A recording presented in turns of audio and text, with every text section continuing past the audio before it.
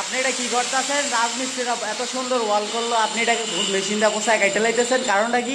আমি গেটের মেশিনটা যদি না কাটি, এটা গেটের মেশিনে যদি ওয়াল না কাটি তাহলে কনসেল ওয়ারিং কিভাবে করবো?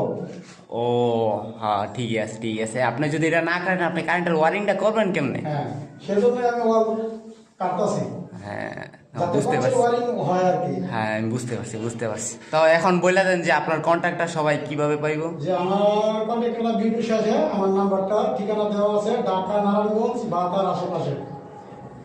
হ্যাঁ, কাজ করেন কাজ করেন।